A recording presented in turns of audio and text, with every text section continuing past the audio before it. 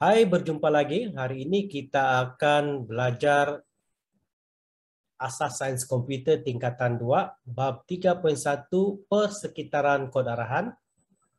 Kita akan melihat subtopik 3.1.2, yaitu perbezaan antara pemboleh ubah dan pemalar dalam segmen kod.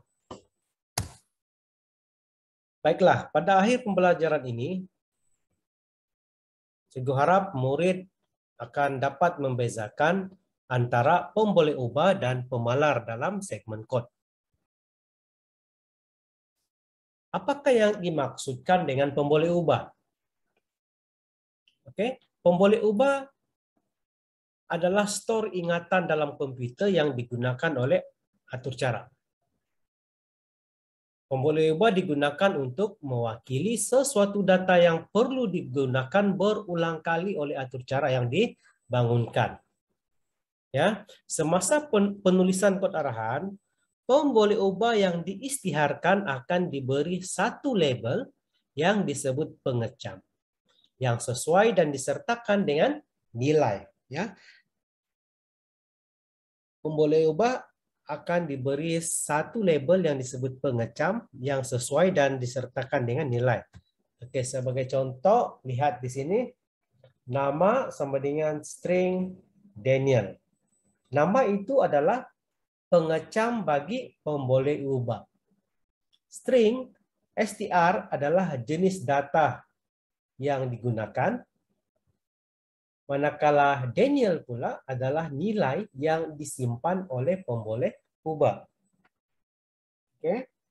Nama adalah pengecam, str adalah jenis data, str itu adalah string ya. Manakala Daniel pula adalah nilai yang disimpan oleh pemboleh ubah. Oke, sebagai contoh, lihat coding Python ini ya. Nama sama dengan Daniel. Oke. Nama itu adalah satu pemboleh ubah. Oke, nama adalah satu pemboleh ubah dengan pengecam nama. Oke. Cikgu ulang, nama itu adalah satu pemboleh ubah. Nama adalah satu pemboleh ubah dengan pengecam nama. Ya, nama. Dan diberi nilai Daniel. Oke, apabila kamu print nama saya / nama, paparan output yang akan keluar adalah nama saya Daniel. Oke. Ingat, nama itu adalah pengecam, Daniel itu adalah nilai. Baik. Sekarang kita lihat pula pemalar. Pemalar bertindak seakan-akan pemboleh ubah, ya. Seakan-akan pemboleh ubah. Apa yang membezakan pemalar dan pemboleh ubah ialah pemalar tidak akan berubah menjadi nilai yang lain semasa pelaksanaan atur cara.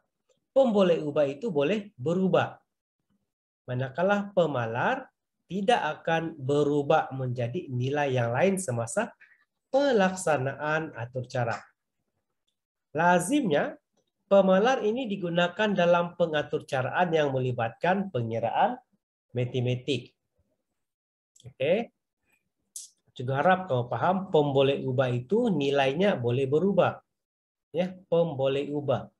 Manakala pemalar itu adalah nilai yang tetap. Oke, nilai tetap maksudnya nilai tidak akan berubah.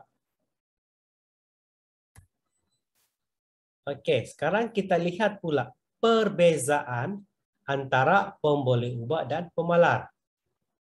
Oke, yang pertama perubahan nilai.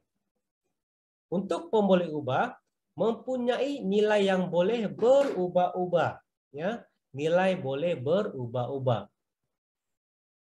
Oke, manakala pemalar mempunyai nilai yang tetap dan tidak berubah. Yang kedua, nilai yang perlu diingat. Bagi pemboleh ubah, pengatur cara program perlu mengingat label dan nilai yang digunakan.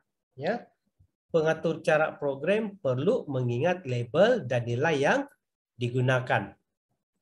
Untuk pengatur cara, untuk pemalar pula, pengatur cara tidak perlu mengingat label dan nilai yang digunakan. Tidak perlu ya. Oke, yang ketiga, standar penggunaan nilai. Boleh ubah, tiada nilai standar yang digunakan. Manakala pemalar, oke, mempunyai nilai yang standar. Oke, contoh penggunaan pemalar untuk mengira luas bulatan. Oke. Pi 3.142. Ya, pi 3.142. Pi itu adalah pemalar. Ya, 3.142 itu adalah pemalar. Maksudnya dia tetap tidak akan berubah lagi nilainya. Jejari 1 sama dengan 3, jejari 2 sama dengan 5. Ini adalah pemboleh ubah. Ya. Oke, ini adalah pemboleh ubah. Ini adalah sekarang ini kita mau mengira luas bulatan. Jadi sudah semestinya size bulatan yang berbeza itu akan memberikan nilai jejari yang berbeza, ya. Oke, itulah sebabnya jejari itu diistiharkan sebagai pemboleh ubah sebab boleh berubah, ya. Oke. Rumus untuk luas bulatan, rumus untuk mengira luas bulatan ialah pi j kuasa 2. Oke. Jadi luas bulatan yang pertama pi darab jejari 1 darab jejari 1. Ya. Manakala luas bulatan 2 pula ialah pi darab jejari 2 darab jejari 2. Oke. Apabila kamu mau memaparkan keluasan bulatan, maka bolehlah buat coding ya, output print luas bulatan 1 kamu akan dapat 28.278. Oke, yang kedua luas bulatan 2 print luas bulatan 2 kamu akan dapat 78.55. Oke. Selepas ini kita akan lihat pula ya coding ya, juga akan tunjukkan kamu coding. Oke, juga ingatkan sekali lagi apa yang membedakan di antara pemboleh ubah dan pemalar. Oke, nilai untuk pemboleh ubah ialah berubah-ubah, boleh berubah ya. Manakala pemalar nilai yang tetap tidak berubah. Oke, biasanya pemalar ini digunakan dalam operasi matematik lah ya, selalu digunakan. Oke. Oke, selepas ini kita akan lihat coding pula. Oke, yang pertama sekali kita mau belajar apa maksud pemboleh ubah ya. Pemboleh ubah itu adalah seperti begini ya. Kita tengok dalam pemboleh ubah adalah seperti begini. Sebagai contoh, cikgu isytiharkan pengecam pemboleh ubah yang pertama adalah nama ya. String.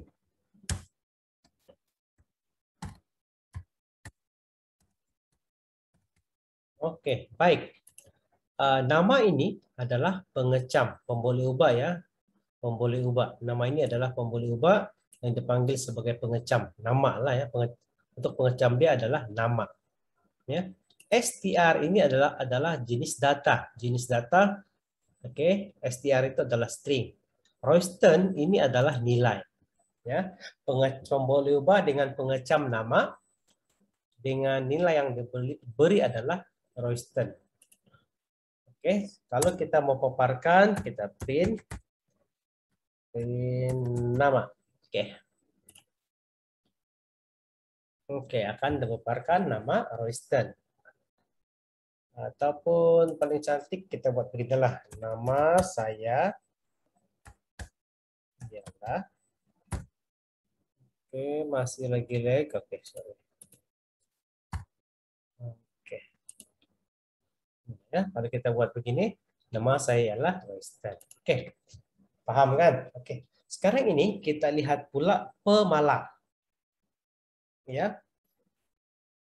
Pemalar itu adalah nilai tetap. Biasanya pemalar ini digunakan dalam operasi matematik lah ya. Sebagai contoh untuk mengira luas bulatan. Ya.